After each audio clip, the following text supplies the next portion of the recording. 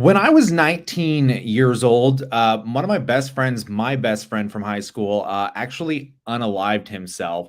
And I did not enjoy my teenage years that much. I actually spent like a lot of time having this great epiphany that I don't want anything to do with small town life. I've seen what drugs do to people. I didn't want anything to do with my friend groups or even a lot of the family and people around me. I just wanted to work and escape.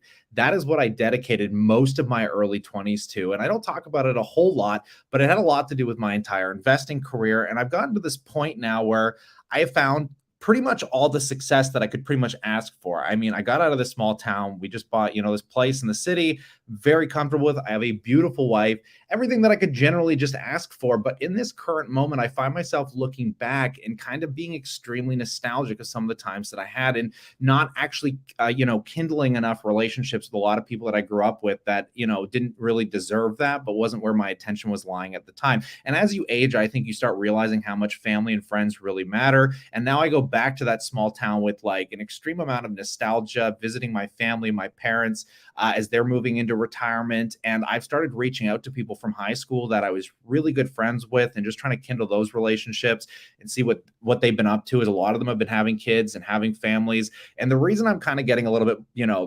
warm-hearted on this side of it is that I've just seen a lot of things happen when you get into your 30s and 40s. They just don't teach you in school, right? When it comes to just, unfortunately, people passing on, right? Like one of my good friends, 39 years old, just passed away last November from cancer, leaving behind his wife and I think his now 12-year-old daughter. Unfortunately, and this is going to be a weird stream. I might end up removing this later. But one of my friends from high school that I've been making time for, like I have been really valuing relationships over pretty much investing at this point and pretty much everything else in my life. I've just been making a lot of time for people.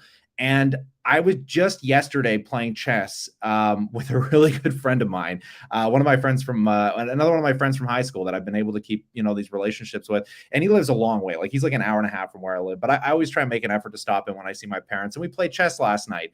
This guy I've never been able to beat. He always kind of just gets me into, I hate it a lot because I've never been able to beat him. He's like actually obsessively good at chess. But one of these days I'm going to get him. But I always end up getting him. And this is the second time I've got him into stalemate. And he acts like that's him winning because it's a draw. He'll just never take a loss. It drives me bonkers. But unfortunately, that good friend of mine, he had an aneurysm like a few weeks ago, and he's been trying to get it dealt with. And now he's unfortunately back in the hospital after having like multiple seizures last night, which kind of just blew my mind because that call just came in literally before I pretty much started doing this stream. So the reason I'm talking about this is because all of this stuff is it plays into like how I'm looking at my portfolio and what I'm doing moving forward. And of course, in this live stream, what I want to do is obviously break down where my portfolio's at. And because it's hard to update at this point because it's such a convoluted mess when you buy real estate, you have a significant other. And I'm going to offer a little bit more clarity on that aspect of it and how personal relationships obviously play into my investing style and trying to make an effort in as much time as possible for this because I love doing these streams.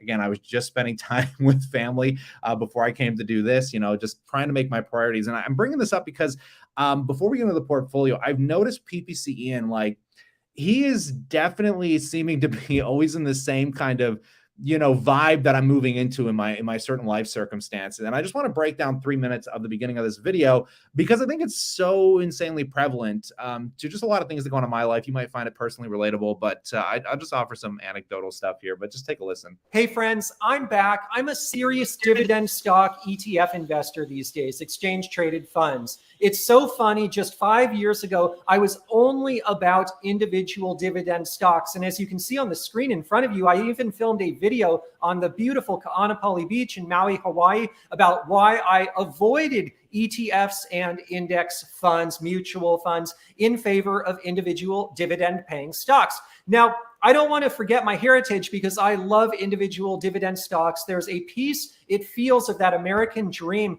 that I have fulfilled by actually owning shares of individual companies, and I own 36 of them. But recently, I started building a large position in SCHD, which is the Charles Schwab Dividend Equity ETF. I'm going to talk about that in the video today. That's an ETF that I own that is... I'm just going to skip a little bit of the intro here because I just wanted to get into like why he's been focusing on ETFs. It's very interesting. Start today why my story has changed so much. My story has really changed for two reasons. One, single company risk is higher than ever before. I will link to that in the pinned comment below, but I just did a video on Hawaiian Electric. It's a company I own that has tanked overnight. It's a regulated electric utility, and it has tanked overnight due to those terrible, tragic fires in Maui. So I've been talking about this a lot, actually. This is something that I did, in 2022, when you can't understand the risk of the market anymore. I said it doesn't make sense. Like, but from 2010 to 2020, like, being an individual stock investor is the easiest thing you can do. You throw a dart at the board, you're making money off everything. But understanding like the positions you hold now, it takes like a drop of a dime of news for these stocks to tank, which makes it like incredibly hard. So I've noticed everyone's done extreme risk mitigation. Like every major YouTuber I watch outside of the ones that have lost a ton of money, like Jeremy from Financial Education, they understand the market environment we're in and they want diversification because that's the only way of true protection. And, we'll take a few more anecdotal pieces here because I just find it very intriguing. Is one of the reasons I am so excited about ETFs these days, like SCHD. The second reason I am so excited about ETFs is my life has become more complex than ever before. I keep getting more and more busy at work. Life in general gets more and more busy. I want to pursue other passions outside of investing. Actually, these days, we have been working out in our family a lot more, going to exercise, going running, being more active. I had gained some weight over the summertime with a lot. So I just want to point out here, this is the same thing with like, as I age now, PPC Ian's got some years on me, but luckily I've been able to keep hitting, working out, playing VR all the time. I'm actually in probably the best shape of my life because of VR. Actually, I'm kind of astounded at how like I get compliments. People keep pointing out that like I bulked up huge just from playing VR for the last 2 years. But the fact of the matter is life gets more complex as you age and your priorities start to shift. And I think it's just harder to like analyze and be as particular in individual stocks to the point where you're so comfortable making like large bets. And I think that's like, it's not like back in the day where it was so easy to own like 3 or 4 companies as it is like when you have nothing but time to analyze them every single day, right? Now it's like I got a full-time job. I'm not just fully doing the stock stuff like I did through 2020 and 2021. And, I've got family and we're doing all this other stuff. And there's just so much health going on with a lot of friends. It's just like, trying to do this professionally and properly, like, me, Kevin's got like a team of people to help him do this stuff. But you gotta respect me, Kevin, for that kind of grind because it's so hard to like accurately keep up with this stuff and do investing to a point. And that's the thing. Accurately is the hard thing because I don't even think me, Kevin, can do it properly as he lost a ton of money. And now he's just, he's a salesman, right? He doesn't give a crap about how much money he's lost picking these stocks like Jeremy. Like just move on to the next thing and keep, making business off you guys and selling courses and stuff. But I think that's such a huge proponent toward this ETF style of investing that I've also taken into play, right? Because it kind of removes that idea and still gives you that crazy performance. Because that my whole mantra was like outperform. Like, you don't have to pick a lot of stocks, but you can, marry them to ETFs, but pick a few good ones and just try and leak out that outperformance. But a lot of people have learned how incredibly hard that's been in the last couple year market environment, which it wasn't from, again, I just feel bad for people that missed out that 2010 period to 2020 because to outperform was a joke. Like if you weren't outperforming as a manager, you were almost a laughing stock of the entire hedge fund community because it was just so damn easy. A lot of travel, a lot of fancy.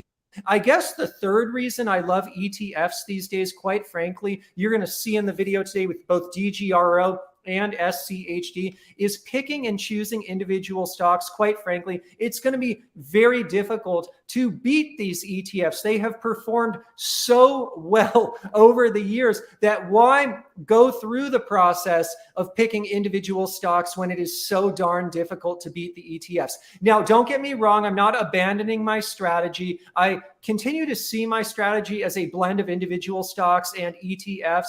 Now, this is the strategy that I think is the most approachable for most people at this current moment, because I think most people can love mega cap things. They can love Google, they can love Apple, and I think honestly, just putting the vast majority, like a decent chunk monthly into ETFs, your VOOs, your SPYs, your SCHDs, your VDYs, your VCEs, and or your VTIs or your VT. And then just, again, everybody has that itch. I think that's what a lot of YouTubers don't understand that beat up like me, Kevin and Jeremy, is everyone always has that itch to try and outperform gamble, as you call it, speculate. That's part of the human soul. Vegas isn't going anywhere, even though people know you're going to lose money going into a casino, right? The question is can you have enough intelligence into an investment to give you somewhat of an upper edge on that, right? And I think it's fun to try and play the house cards more in your favor, which you'll never do in a casino, but I really think you have the capability to do in the stock market, which is why, again, like PPC I own a lot of individual stocks, but most of our money is obviously in ETFs at this point, right? And I still speculate on crypto and small caps and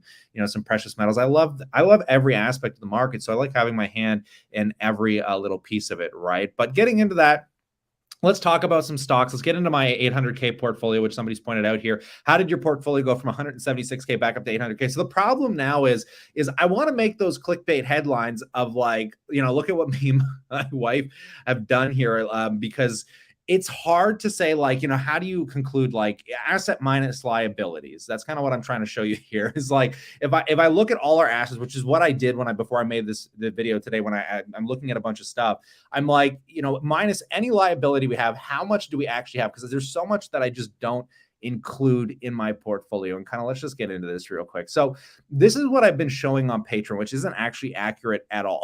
Like I have had such a hard time updating my portfolio with my fiance's, because we combine, we combine our finances. We're kind of like cohabiting. Is that the right word? Cohabiting here. And we've looked at it as like, what are we going to have to do to get to retirement? And we've kind of put together this like I think it's going to it'd probably take less, but we're looking at about 9 years. Within 9 years, we should have damn near $1 million portfolio. We should have no problem paying this mortgage off.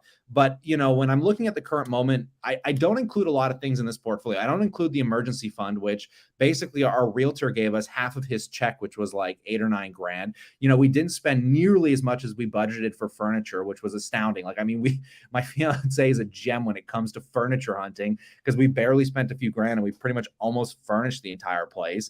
And it's just like, we have this account with so much damn money in it.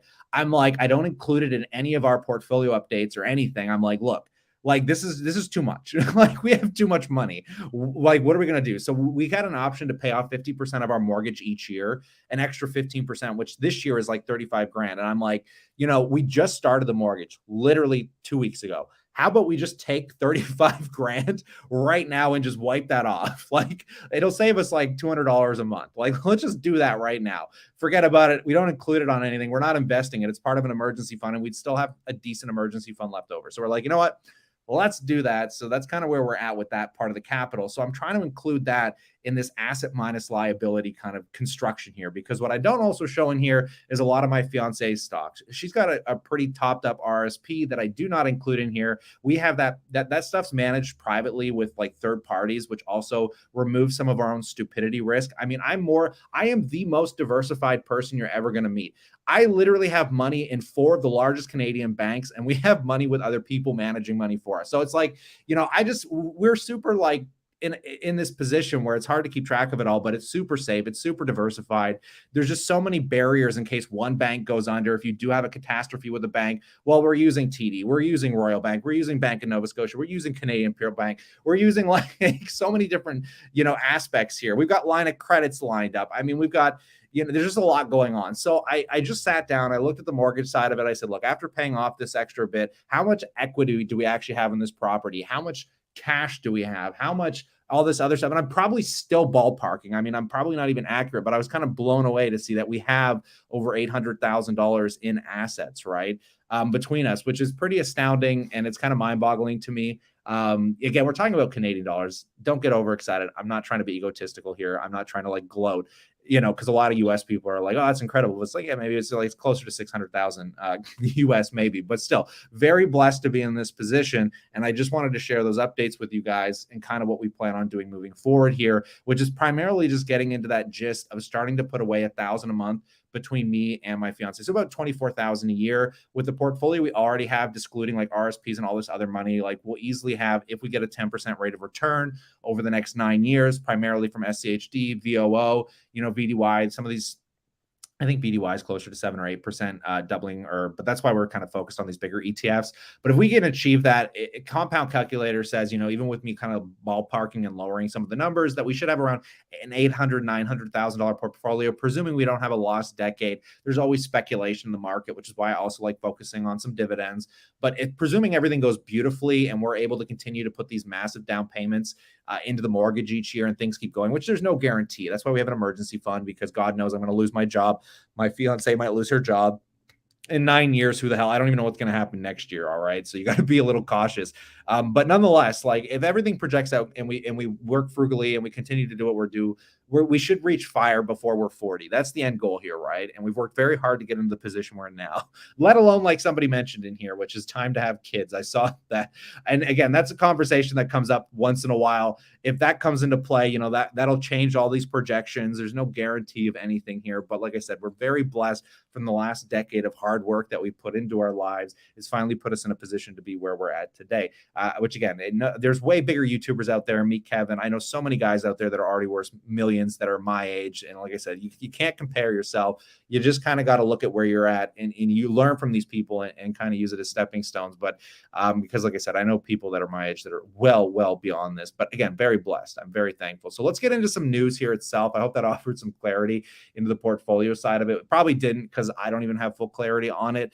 But from the stock market side of it, I do want to talk about these individual investments, kind of like I said, what we're looking to buy, how we're looking to build this out as we can actually start topping up our tax-free savings accounts as soon as it comes back into the new year, because we liquidated them to help buy this property. Now, when I looked at the markets today, I was very intrigued because, everything's been trucking along this week. Actually, just taking a look at the broader markets. I mean, thanks to, obviously, there's a lot of speculation they're not going to raise interest rates. The market kind of ran with some of that news, and we've seen some incredible jumps even in the Canadian market with Canadian Natural Resources and Bridge. I mean, there's a lot popping. The banks, I mean, TD was up 3.6% this week. Pretty good gains in the Canadian markets. U.S. markets, same sort of deal. I mean, Apple was up 6%, which I think is unimaginable for, a $2 trillion company. 6% in a week is a lot of money added to that market cap. Across the board, everything is doing pretty substantial. Like, it's been a good week. We've seen a recovery. I told you, buy the dips. When the market goes down, buy the dips. Don't get caught in the negativity. Just buy it, because it usually works out in situations like this, right? But taking a look, right? I mean, it's crazy that Tesla got hit pretty hard. We're still seeing these kind of fractions, or these fractures, I should say, in stocks, which is why it's making it hard to understand certain aspects of this so-called recession, which it looks like Canada could be seeing a recession. I mean, we've had a quarter of negative GDP. If we start getting the data in, it looks like we could very well be in a very mild recession. And you're seeing that take effect in a lot of different companies. Some of them, like business to business operations, like Nvidia, they don't even look like a recession's going on, but that's because they're operating with people that have billions of dollars in cash, and they're servicing those clients, like, obviously Amazon's AWS, Google, etc. But companies that have direct exposure to the consumer, we're starting to see a lot of people be inflicted. We've seen it in like Foot Locker. We've seen it in some of the brick and mortar stores. We're starting to see it with Tesla. Luckily, Tesla has so much demand, it's ridiculous, but I always recommend watching Tesla Daily. This guy does a good job at breaking this down. But this is so intriguing, right? Because Tesla continues to cut cost of their vehicles. They're cutting cost of, FSD, the full self-driving software, which they said they would never do, that it would go up over time.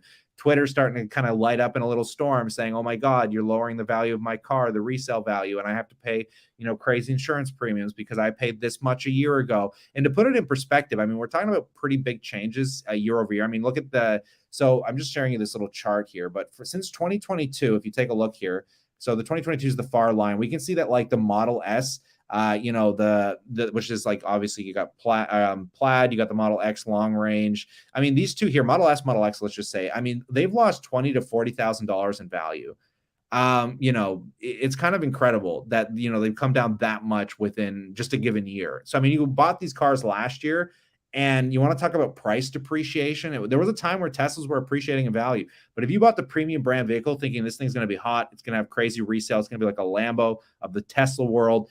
Clearly not the case in this kind of macro environment where it's harder to move higher interest rated vehicles, right? Because, he made a good point that if you include what it costs with the interest rates today, if anything, it still costs more to buy a Tesla vehicle. So, these are the kind of markets that get hit. And we're hopefully going to see that on Tesla's next earnings, because honestly, it's still a company I'd love to buy. Haven't bought it back yet after I made some decent money on it, but I'd love to see it tank. I mean, not that everybody would, and I usually lose subscribers for that. But if this thing came back below 200, you get back to that $100 range, I'm on this like a kid in a candy store. But for now, I just patiently watch. I'm not in a rush. It could stay up here. I mean, who the hell knows? Tesla's anybody's game, right? But very interesting stuff, right? So a lot of headlines around that's been tanking the stock today.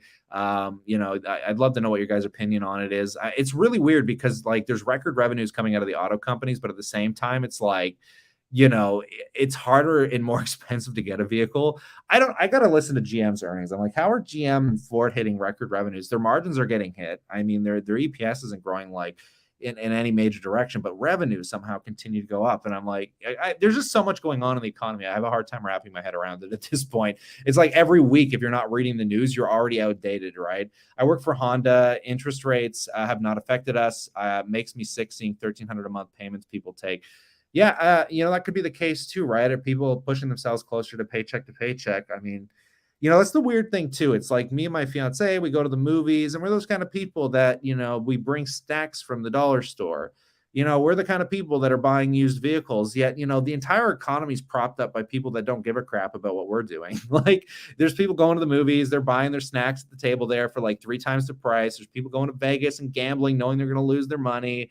There's people walking into the Honda dealerships and GM and Tesla, and they're buying these things. It's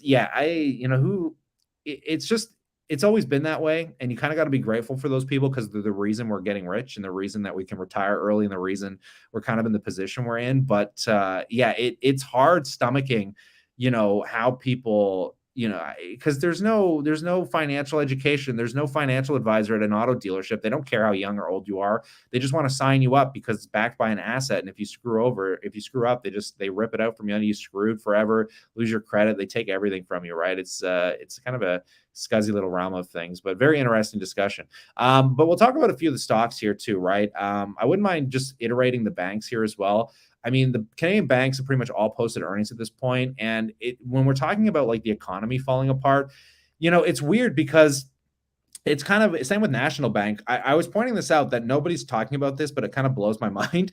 It's like I can only invest based off the news today, right? Like I can't try and predict what's going to happen tomorrow, or you're an idiot. Like nobody, like if you think you're predicting off what's going to happen tomorrow in the market and you think you're going to make a fortune doing that, like I said, I've been blessed off predicting some of the things with the MJ markets, but you know how easy that was? It was like in 2018, it was going to be legal. I wish I could go back in time and gamble more on that. But I mean, the stuff like that is a rarity, right? But everyone right now is like, oh, the entire housing market's going to collapse. And like you said, people are making payments on their freaking mortgages, on their variable rates, and the market just isn't correcting like people want it to. And they're still telling me it's going to crash. But look at the delinquency ratings.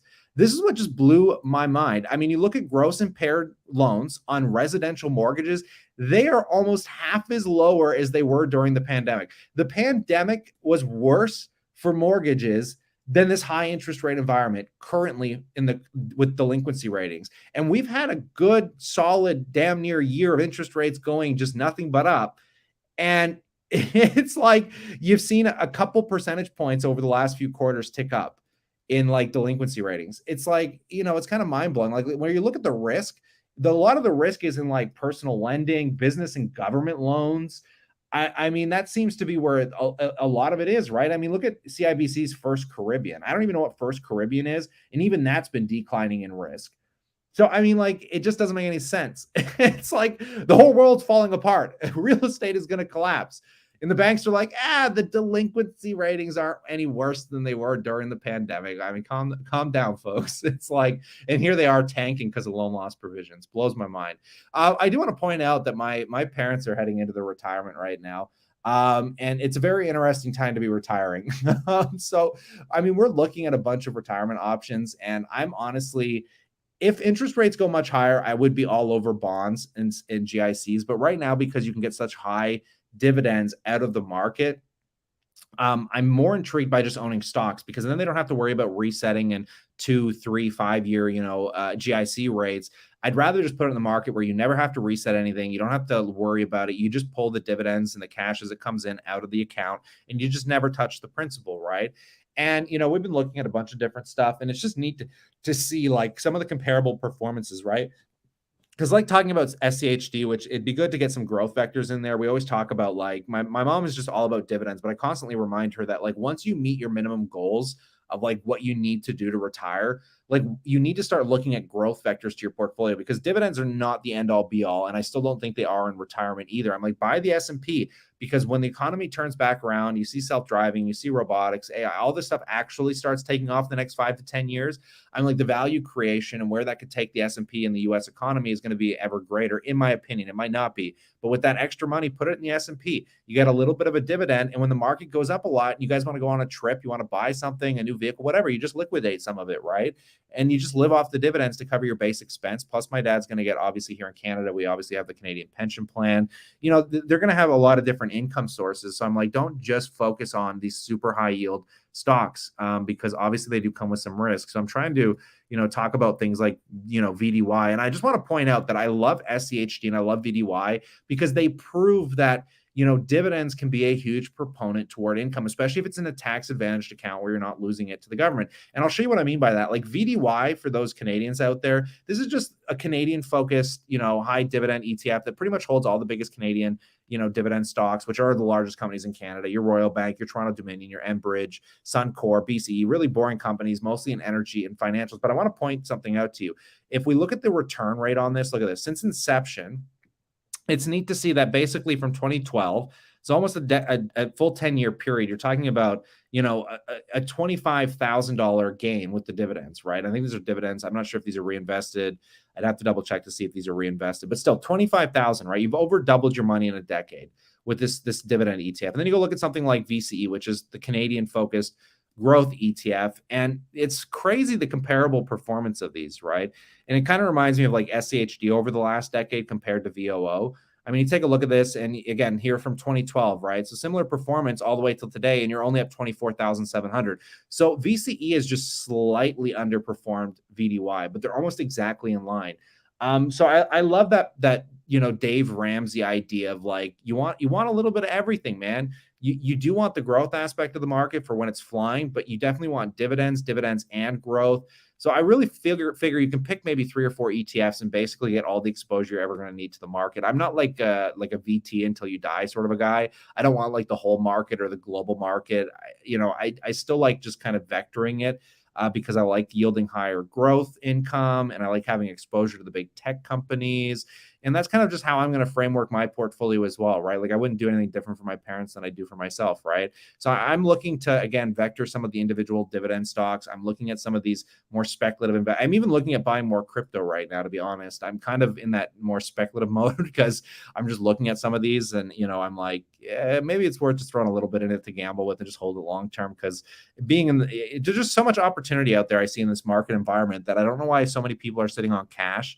I get that things can get worse before they get better. I completely understand that. But there's just never been a time in history. We're talking about 20-year highs on dividends. I mean, you're looking at TD, you're looking at a lot of these stocks sitting in VDY, BCE, and they're shitting out 4.5 to 5.5, 6% yields. And I'm like, we have, and they can afford it. I mean, we're talking about companies with payout ratios, even in the shitty market environment, that aren't any higher than like 50% for, and heck, like let's not even talk about things like Waste Connections or the Canadian, some of the railways. I mean, the growth in some of these companies is just like astounding, right? So I'm like, I don't get why there's so much fear in the market. I get like PPC Ian said, like you need a bit of diversity here for protection because some things are getting slaughtered. Yes, it's going to continue to be like that, but some things are going to come out on the other side of this and they're already in the middle of it doing exceptionally well. So I'm like, you want exposure to that. I don't know why people are throwing all their money in cash and high interest savings. I mean, my high interest savings account is now offering 5%. My Bank of Nova Scotia just said, hey, in your high interest savings for the next 3 months, we're giving you 5%, baby, on the year. There's so much promotion going on, but I think it's just enticing people to sit on cash, which I think is going to detriment them in the long term. And it's the same thing I kind of tell my parents, right? I'm like, don't think about GICs as much because in retirement, I don't want you to miss out on these huge opportunities that currently exist. And I think people are blindsided by fear. And I think the fear needs to be alleviated. I really think a lot of people are going to regret if they don't buy now in the next 5 or 10 years. I think this will be a blimp on the radar, like it always has been, and it always will be. And you just, like I said, I could be wrong. Don't I'm a clown. I'm a financial YouTube clown. So don't listen to me. I'm just showing you what I'm doing. And if it blows up in my face, God knows you'll get to see it anyways. But I do want to iterate and kind of wrap that story back around. And we'll do a quick Q&A here, that I am not as fixated on the markets as I used to be. I work completely in the markets and I'm grateful that it is my job. But like, I can't get over how hard I've worked and how much I sideline from like a personal relationship standpoint. And like, even my buddy, and I guess I can talk about this loosely because again, this is all private stuff. I don't share names or anything like that. One of my best friends also paid off his mortgage as of recent, which was super awesome, right? But the reason he did it was obviously so he could spend more time saving that interest and doing what he wants to do with his life. And he's at this point now too, where he was a lot of our friend circle where we're seeing a lot of these incidents happen where my friends are dying at an extremely young age.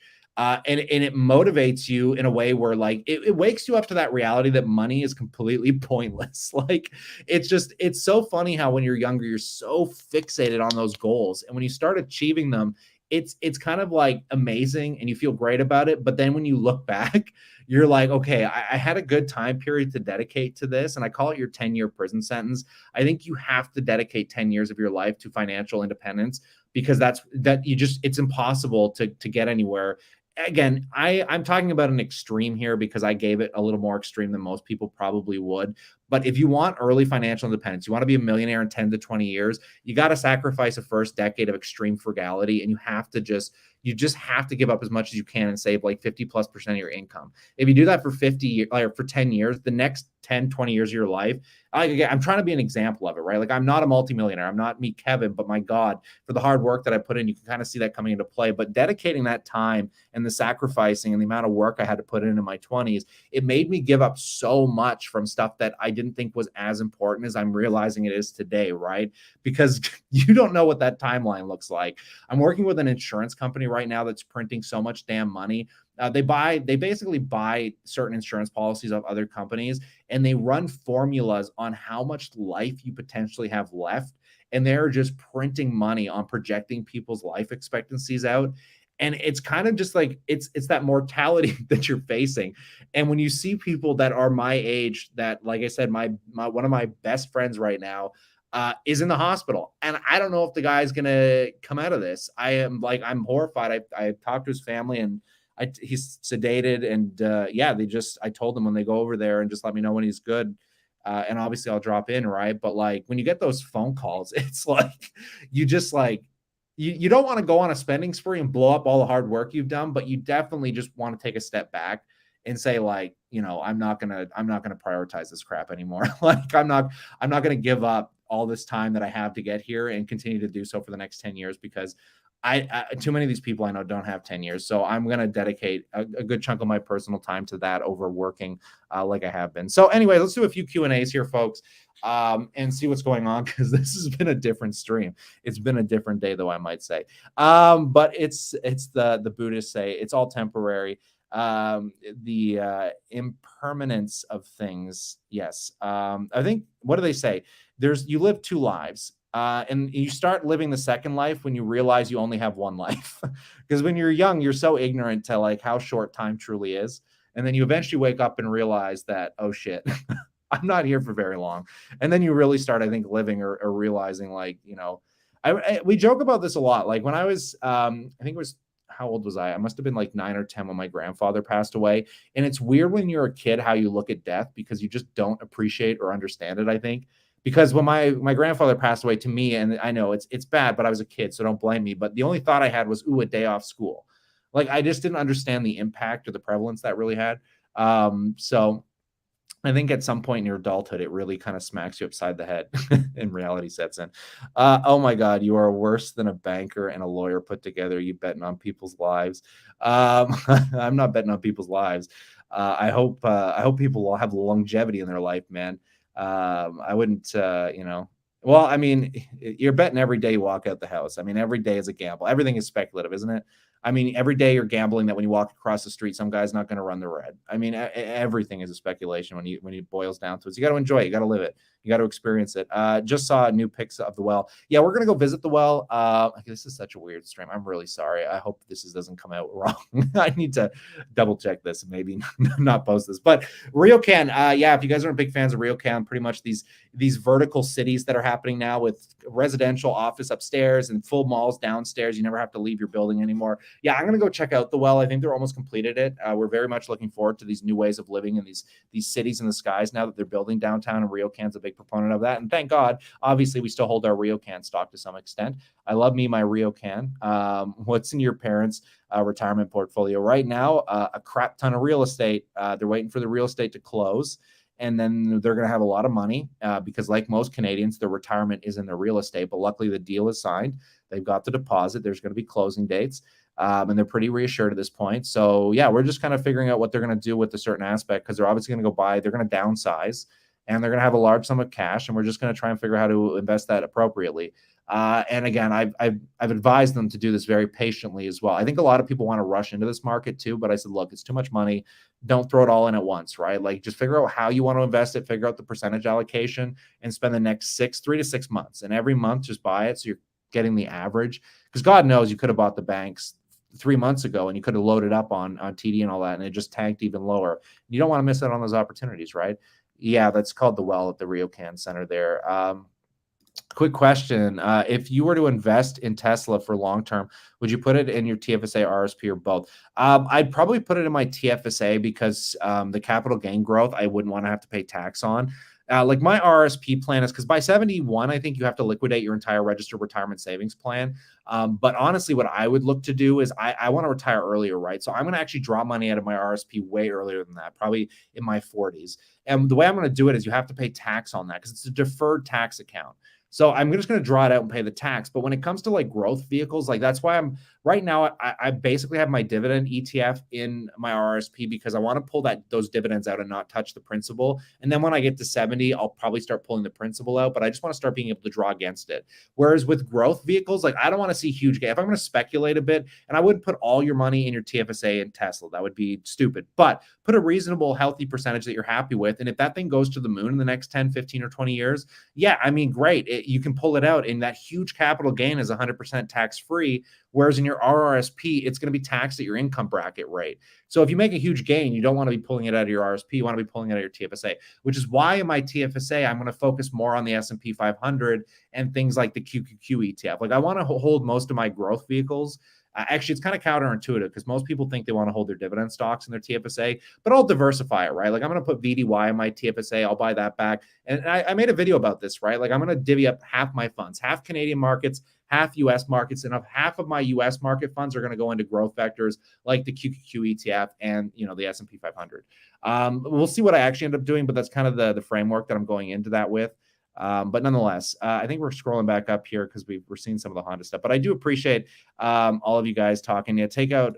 So look, it doesn't matter if you pull 5K out each time because I think you're talking about, because you get an automatic withholding tax, and that's like you paying the tax up front. And if you don't pay here's the funny thing, like if you're in a really high income tax bracket and you only pull out 5K and they only tax it at say, what's the penalty? It's not a penalty. It's just you paying a certain percentage of tax up front, depending on how much you pull out. I'm sorry, this is getting convoluted, but depending on how much you pull out, there's bracket ratings on how much they tax you up front. They withhold when you withdraw from an RSP. However, if you're in like a 70 or like 100K bracket already on income and you pull out 5K and they only withhold, say 5% of that, you're still going to have to pay that massive tax bill at the end of the year on it. Again, maybe you could pull it out and put it in a high interest savings, but you can't really spend it, right? Because you're still going to be fully taxed on whatever that income rate is when you pull it out. Because for those of you that have never pulled out of an RSP, depending on how much you pull out, they withhold certain percentages. It's a very interesting conversation. Nonetheless, is it double tax? No, it is not double tax. I had a real conversation with the CRA agent about this. It's just taxed at your nominal income bracket, and they withhold a percentage of it. And even if that percentage is higher than what you should be taxed, you get a tax credit at the end of the year. They'll pay it back to you. That's as simple as that. It's just whatever you put in is tax deferred. You don't have to pay tax on that income. You get a tax rebate, whatever. And then when you pull it out, that's when you pay tax on it at whatever your income rate is. So it's kind of like paying yourself a wage at your RSP, right? Do you think VEQT only for retirement is a good move? What is VEQ? I'm going to finish up with this. Let's just do a quick stock review. These are always fun. VEQT. I think I've talked about this one before. The Vanguard All Equity Portfolio. So this is like one of those strategies that, I've seen like strongman personal finance. Some people talk about, which is just putting all your money in one ETF. So this is the Vanguard All Equity ETF. 5-year performance looks pretty healthy. Obviously going to be stable. Let's take a look at what's in here. Because again, I think I've looked at this before. Yeah, so dividends 1.86%. Like this is one of those portfolios where if you're not like, because again, I have a full-time job in this, so I analyze the crap out of everything. But if you can't analyze anything and you don't have time for something, finding like an end-all be-all investment could be a good idea. I always just get a little sketched out because I don't want all my money with Vanguard. I don't like leaving everything with one management company. So that's why even though I think like VDY, VO, there's a huge percentage of money in there, but I like using different banks, individual stocks. I just like the diversity of it because it makes me feel a little better inside. But taking a look, this is 18% financials, 18% technology, very diversified, 13% industrial. I also like that it's not super heavyweighted energy. I always find energy is very volatile, even though the Canadian market seems to be pretty stable as of late with it. But you got Apple, Microsoft. Yeah, so it's a more diversified version of the S&P 500, right? I'm curious to what the global look at. Canadian Pacific, Kansas City's in here. That's awesome that one of the Canadian railroads is in the top 10 holdings. Actually, I kind of like this ETF a lot. This could be an end all be all. Can I export the holdings here? It's going to export to my let me pull this up. Sorry, I really want to see this. I'm kind of curious. These stocks are awesome, man. I like this. Other than I think Shopify is even in there. I don't know about Shopify is a good one. These are cool stocks. I kind of like this ETF. Let me just screenshot this and I'll share it real quick because these top holdings are fascinating. I do like this. Come on, get up there. There we go. Share this tab. You guys see that all right? Yeah, look at this. This is awesome. So you got Apple, Microsoft, Royal Bank, Toronto Dominion, Amazon, Shopify. This is like my dream portfolio of a mix of Canadian and U.S. companies. NVIDIA, Canadian Pacific, Enbridge, Canadian National Railway, Bank of Montreal. This is beautiful, man. This is like the perfect like mix of Canadian and U.S. stocks. I mean, you got Alimentation, Couche-Tard in here. You got Bell, Constellation Software. You literally pretty much have the best of the Canadian and the U.S. markets combined in one ETF. I think I've seen this ETF, but I don't know if I've ever looked at it this in depthly, other than it's got 1,300 stock or 13,000 stocks in it. Yeah, honestly, if you want true diversification, this really could be a way to go. I mean, this is what a lot of people do. Again, this is like your strongman personal finance kind of investing. You just pick these one diversified ETFs that picks the best of both worlds. And you just do this for the next 20 years. Obviously, I think it's very good. You can't go wrong. Everyone's different. Find what works for you. This could work for you. Anyways, folks, 12K stocks. What else we got going on in here real quick? The 1,300 per month is a lovely passport SUVs, Warrant Insurance, negative equity. You guys are going back into the car talk. 12K stocks, diversification. Anyways, folks, yeah, diversification is a funny way of putting that. Anyways, I do appreciate you all coming out for this very weird live stream. 74 of you, my God, you guys are crazy on a Saturday. I love that we all have no lives. Go have a life. Go spend your evening with your wife. See your family. Life is short, baby. I hope you enjoyed the stream, and I always appreciate you guys taking that little bit of your life to spend it with me. I truly appreciate it. So stay cool, stay awesome, folks. And as always, I'll catch you in the next one. Peace.